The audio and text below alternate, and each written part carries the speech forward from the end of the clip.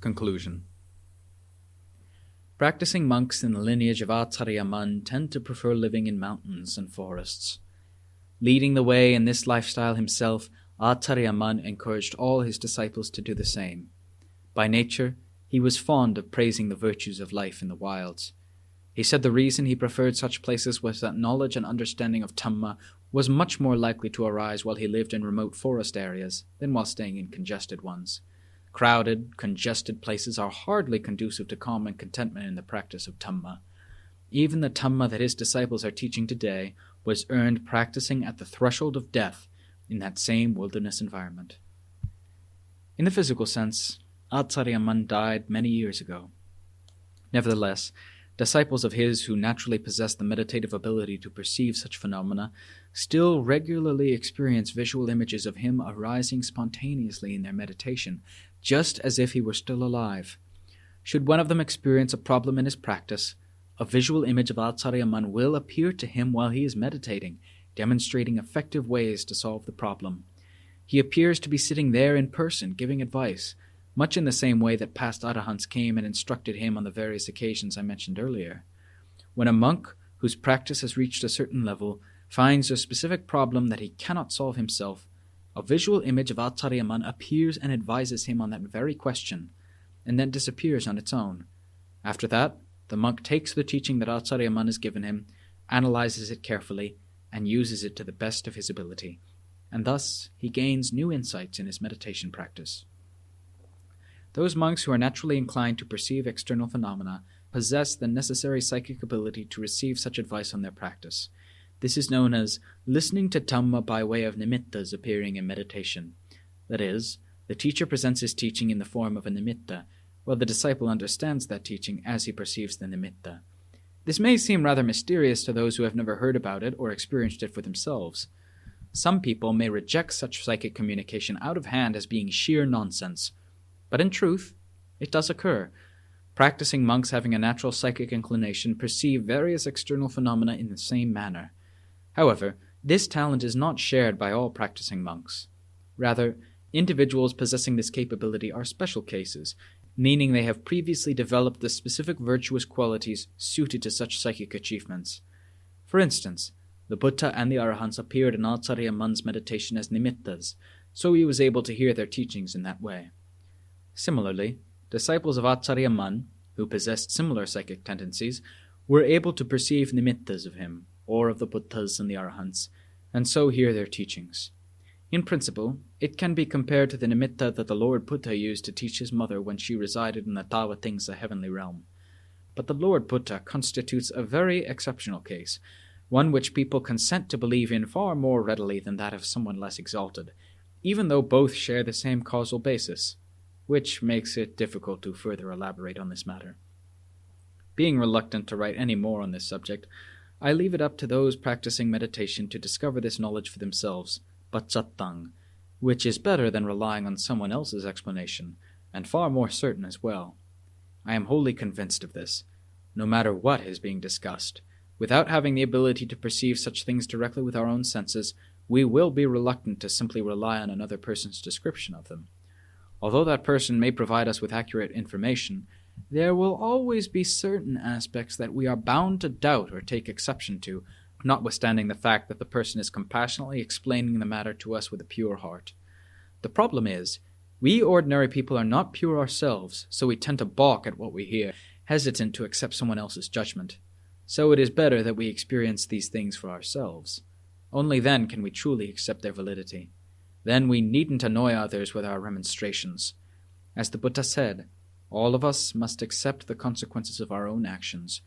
We shoulder the burden of pain and suffering and enjoy the fruits of happiness that we have created for ourselves. This is absolutely right and beautifully simple too. The story of Acariya Mun is a splendid story. Beginning from the time he was still in lay life, he demonstrated the characteristics of a true sage.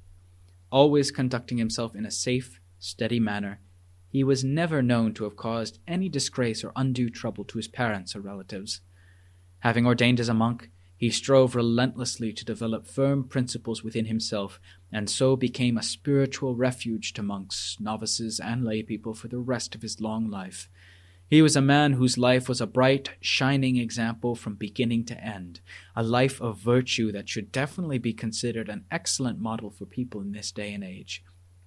His meditation methods were extremely rigorous, his spiritual development of the highest caliber. The kilesas never had a chance to overrun his heart, for he systematically destroyed them until not a single one remained. So much so that he was acknowledged by his close disciples and those revering him to be a present-day arahant. The spiritual benefits that he bestowed upon the world were always in line with the principles of mindfulness and wisdom. From the initial stages of practice to the very highest level, his teaching never deviated from the true way of Dhamma. Internally, he was very astute at judging the character and temperaments of his students. Externally, he was very clever in the way he gave assistance to people in every strata of society, from simple hill tribe people to urban intellectuals. Even when nearing death, he did not abandon his natural compassion for others. When a student with a problem in his practice went to seek assistance, he kindly made an effort to discuss the issue until all doubts had been allayed. All his disciples received some piece of farewell advice from him to carry in their hearts forever. Having been fortunate enough to meet such a supreme individual, and having wholeheartedly accepted him as their one true refuge, they were confident that they had not lived their lives in vain. Many of his senior disciples were able to establish themselves firmly in the principles of Dhamma. By virtue of their own spiritual development, they also became Acaryas, passing on the teaching to their students, thus assuring that the supreme, noble wealth of the Lord Buddha does not disappear. Many of his more junior disciples are still alive today, serving as a strong base for the sasana into the foreseeable future. Though they may not openly demonstrate it, many of them possess excellent Dhamma credentials. Every one of these monks was inspired by the magic quality of Acariya Mun's compassionate teaching. As a teacher, Acariya Mun was unrivaled in his ability to help develop the spiritual potential of members of the lay community, enabling them to grasp the significance of Dhamma and the basic moral principles of cause and effect, which are universal principles governing the world. Spiritual development means developing the one factor that is absolutely central to the well-being of the world. The world comes to ruin only if people's spiritual values come to ruin first. When spiritual values deteriorate, then everything people do becomes just another means of destroying the world and subverting Dhamma. When people's hearts are well trained in spiritual values, their speech and actions become an effective means of promoting the world's prosperity. So inevitably, Dhamma flourishes as well. How could people who have sincerely developed the way of Dhamma in their hearts possibly turn around and act ruinously, showing no compunction? Such behavior would be unnatural to them, unless, of course, they simply memorize the principles of Dhamma, reciting them by heart without ever making an effort to develop those spiritual values within their hearts. Acariya Mun invariably made a deep impression on the people who met him. Those who sincerely respected him were willing to offer their lives to him, unconditionally.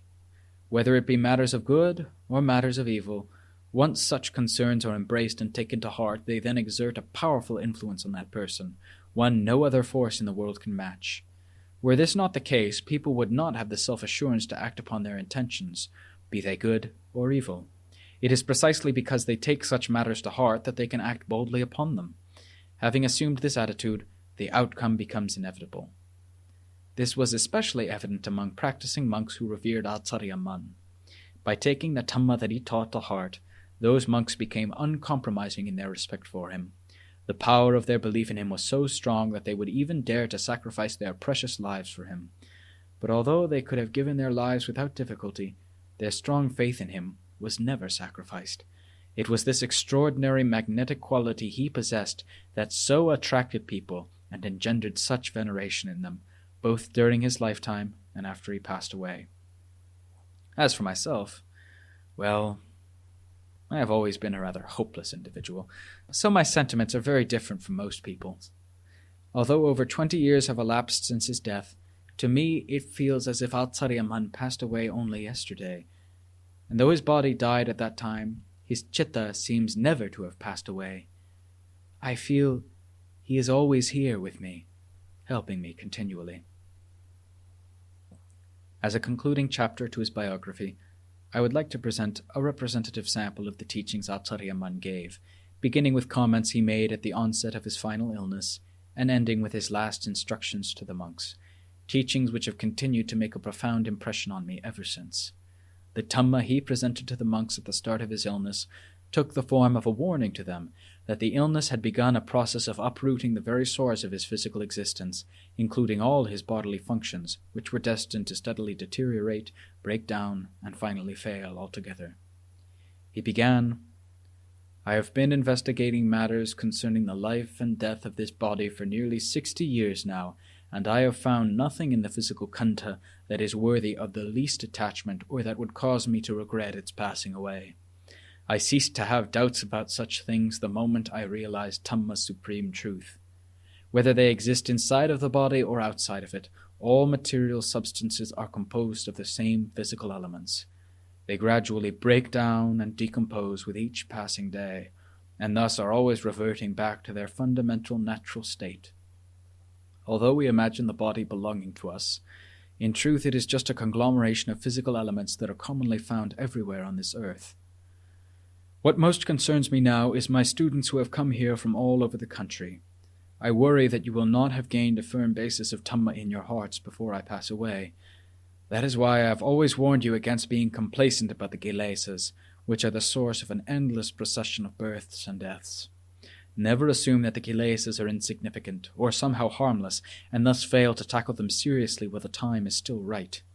Once death overtakes you, it will be impossible to take any action against them.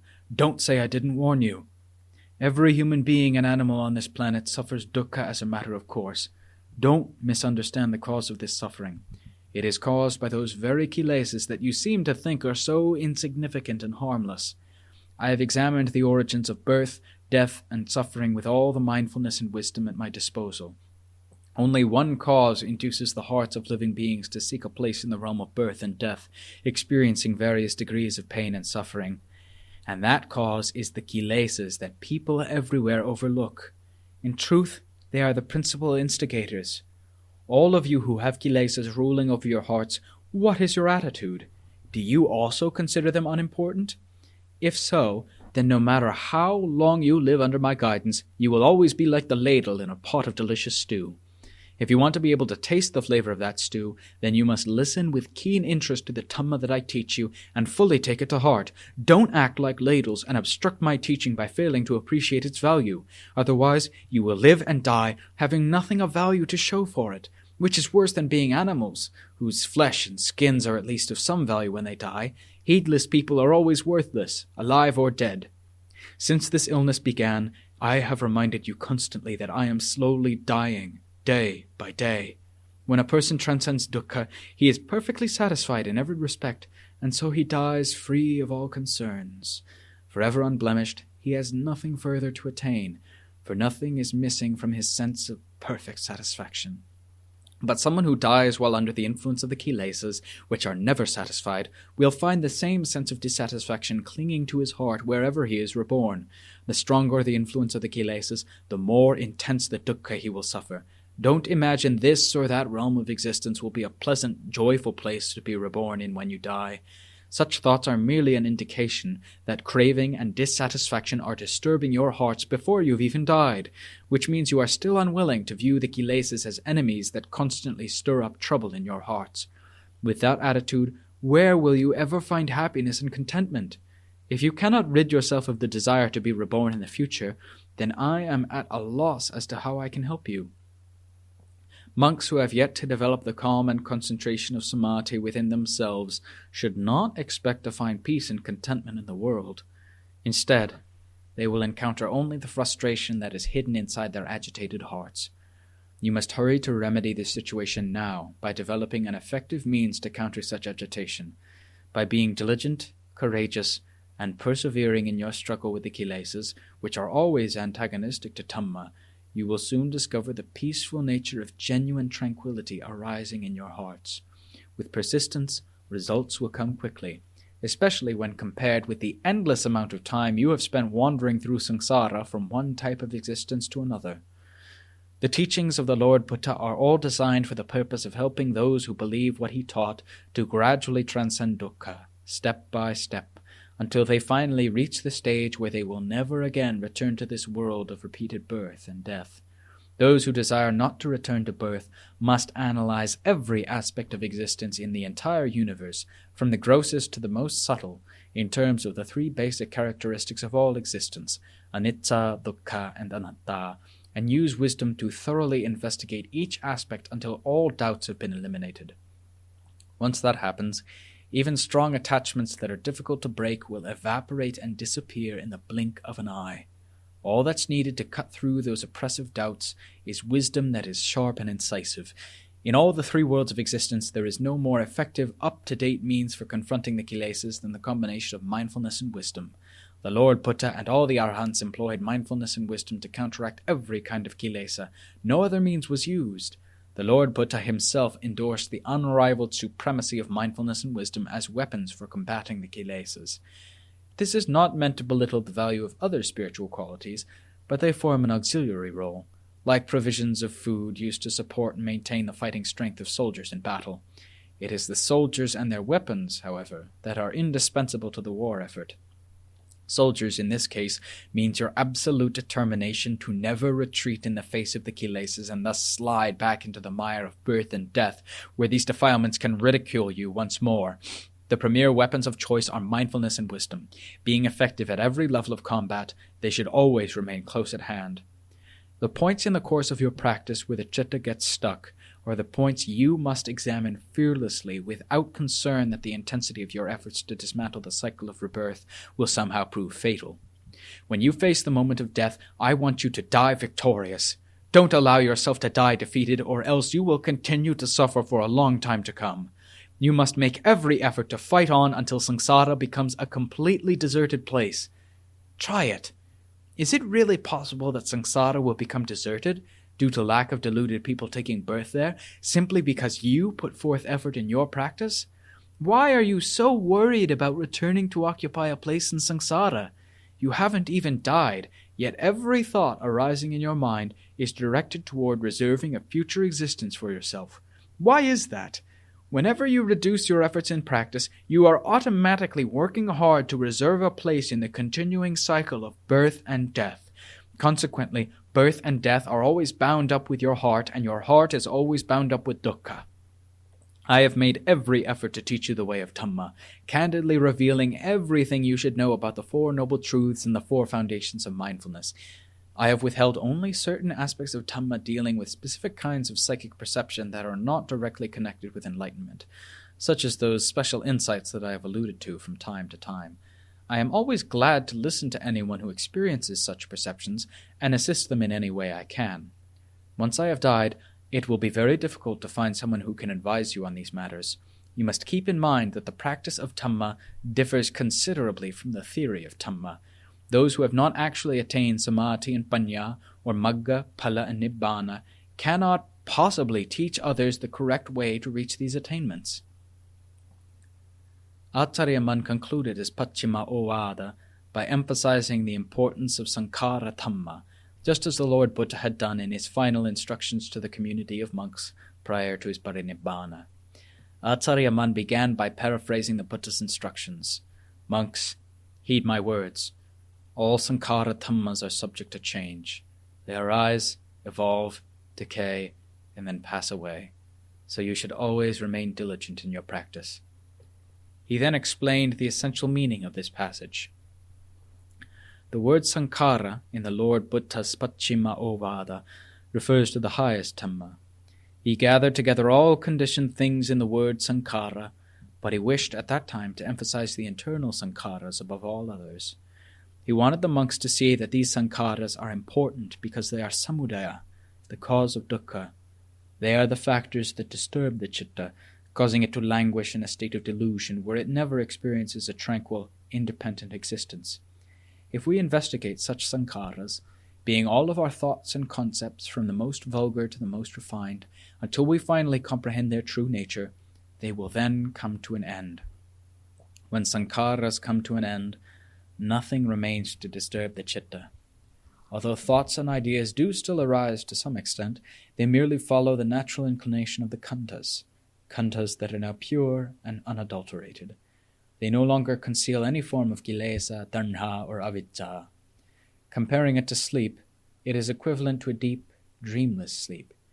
In this case, the chitta is referred to as a rupasama chitta, that is, a tranquil chitta completely devoid of all remnants of the kilesas. The chitta of the Lord Buddha and those of all the arahants were of just such a nature, so they harbored no aspirations to attain anything further. The moment the kilesas are extinguished within the chitta, a state of purity arises in their place. This is called sa upadisesa nibbana. That is the precise moment when the attainment of arahant occurs, an absolutely amazing, pure essence of mind for which no comparison can be found in all the three worlds of existence. Upon reaching this point, Acariya Mun stopped speaking and retired to rest. From that day onward, he never gave another discourse to the monks, which is why I have called it his Pachima Ovada. It is a very fitting note on which to conclude his biography. As the author, I have done my utmost to write a thorough and accurate account of Acariya Mun's life. I feel it to be a once-in-a-lifetime endeavor. I have written down the whole story as meticulously and as eloquently as I possibly could. Should there be any inaccuracies in what I've written, I trust you will forgive my shortcomings. I have spent a considerable amount of time attempting to record the story of his life from beginning to end, but even if I were to continue writing for another 3 years, I could never encompass it all. Although I would like to write as much as possible for the sake of my readers who never had a chance to meet him, my ability to recollect and transcribe the events comprising Acariya Mun's life has now been exhausted. Still, many people may now read his biography, learning how he practiced and trained himself from the day of his ordination to the day he passed away. At least the story of his life is available to the interested reader, even though it is by no means a complete picture of Acariya Mun and his extraordinary achievements. In compiling this biography, I have tried very hard to select only those aspects of his life and teaching that I felt would be of greatest benefit to the average reader. At the same time, I have omitted any aspect that I felt would serve no definite purpose. Of the relevant material which was collected to write this book, approximately 70% has been included in the text that you've just read. That much I felt was neither too deep nor too confusing for the reader's understanding. The remaining 30% was excluded, because I felt those aspects of Acariya Mun's life and teaching would be difficult to present in a way that's easy to read and understand. I was concerned they wouldn't benefit the reader enough to justify their inclusion. Thus they were omitted, though often with some reluctance. Even then, I am not wholly comfortable with some of the things I've included in this book, though they do faithfully represent the truth of what Acariya Mun said. I managed to resist the urge to exclude them, however, yet I could not bring myself to write about certain other matters, and for this reason they were left out. Acariya Mun's story, with all its many remarkable facets, tells of a truly beautiful life that is full of subtlety and grace. It would certainly be difficult finding someone to equal him nowadays. If his life were fully narrated in every detail, then it would probably not differ significantly from the lives of those arahants who attained such mastery in the time of the Buddha. Listening to him explain various aspects of Dhamma, including the countless variety of external phenomena he contacted, I was truly amazed by his incredible mastery. When he proclaimed that impressive Dhamma for us to hear, it seemed as though he was speaking on behalf of the Lord Buddha and his gifted arahant disciples. We could almost picture the Buddha and his disciples sitting right in front of us and bathing our hearts with the pure waters of Dhamma. Were I to attempt to describe each and every facet of Acariya Mun's knowledge and understanding, I would feel ashamed of my own inadequacies in this regard, ashamed of being a forest monk in appearance only, a phony who has somehow encroached upon the sasana. Through my own ignorance, I might inadvertently damage his excellent reputation, which should be preserved at all costs. Although I stated at the beginning of the book that I intended to write in the style of the Venerable Acharyas of antiquity, who transcribed the lives of the Lord Buddha and his arahant disciples, I can't help feeling embarrassed that I am not so gifted as they were. Nevertheless, I have done the best I could. Should this somewhat imperfect biography fall short of your expectations, please be so kind as to forgive my shortcomings. It is appropriate now to bring this biography to a close. If the account I have written contains any inaccuracies or misrepresentations, I respectfully ask forgiveness of Acariya Mun, who, like a loving father, gave birth to my faith in Dhamma. May the power of his all-encompassing love and compassion always bring peace and happiness to people everywhere. May you all have sufficient faith and resources of merit to follow in his footsteps, practicing the Dhamma that he taught to your ultimate satisfaction. May Thailand enjoy continual, uninterrupted prosperity and remain free of enemies and natural disasters. And may the Thai people remain untroubled by misfortune and hardship, forever experiencing happiness and contentment in harmony with the Buddha Sasana. Should any presentation of Acariya Mun's life be deemed inappropriate in any way, either in terms of the subject matter or the style in which it was written, I do sincerely apologize. I hope you will make allowances for my forest background, for it's difficult to transform the natural character of a forest monk into something eloquent and sophisticated. Though I have attempted to present every aspect of Acariya Mun's life in a suitable, accurate fashion, I must confess that my own disorderly tendencies are hopelessly incurable. In writing a book of this nature, there will inevitably be some inconsistencies that may confuse the reader, which is why I have been at pains to stress my shortcomings. Before the life history of Acariya Mun could come to a successful conclusion in my own mind, I had to carefully contemplate the whole matter for a long time. This prompted me to go around recording the recollections of many Acharyas who have lived with him at various times in the past. To this I added my own memories of what he told me about his life. It took me many years to gather all the strands of his story and weave them into a creditable whole. Be that as it may, my often confusing style of writing, plus the fact that so many events appear out of sequence, will probably confound the reader.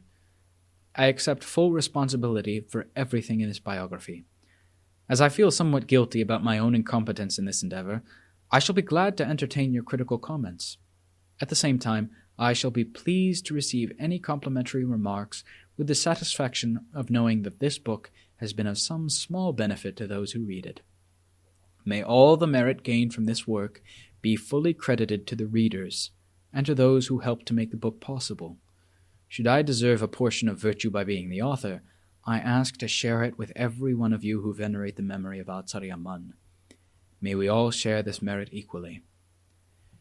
Finally, may the supreme merit of the Buddha, the Dhamma, and the Sangha, plus the great virtue of Acariya Mun, and whatever virtue I may possess, may everything sacred in the world watch over and protect all my readers, as well as the editors of Sri Sapada Publishing. The folks at Sri Sapada worked tirelessly in their efforts to bring this biography to fruition, struggling to print a manuscript that was sent to them in numerous installments. Never once did they complain about the difficulties and inconveniences associated with this project or with any of the other issues on which I requested their assistance. May they all be free of sickness and misfortune, enjoying only prosperity and contentment now and in the future. And may their aspirations in the sphere of Dhamma be fulfilled to their ultimate satisfaction. Acariya Maha Boowa, October 1971.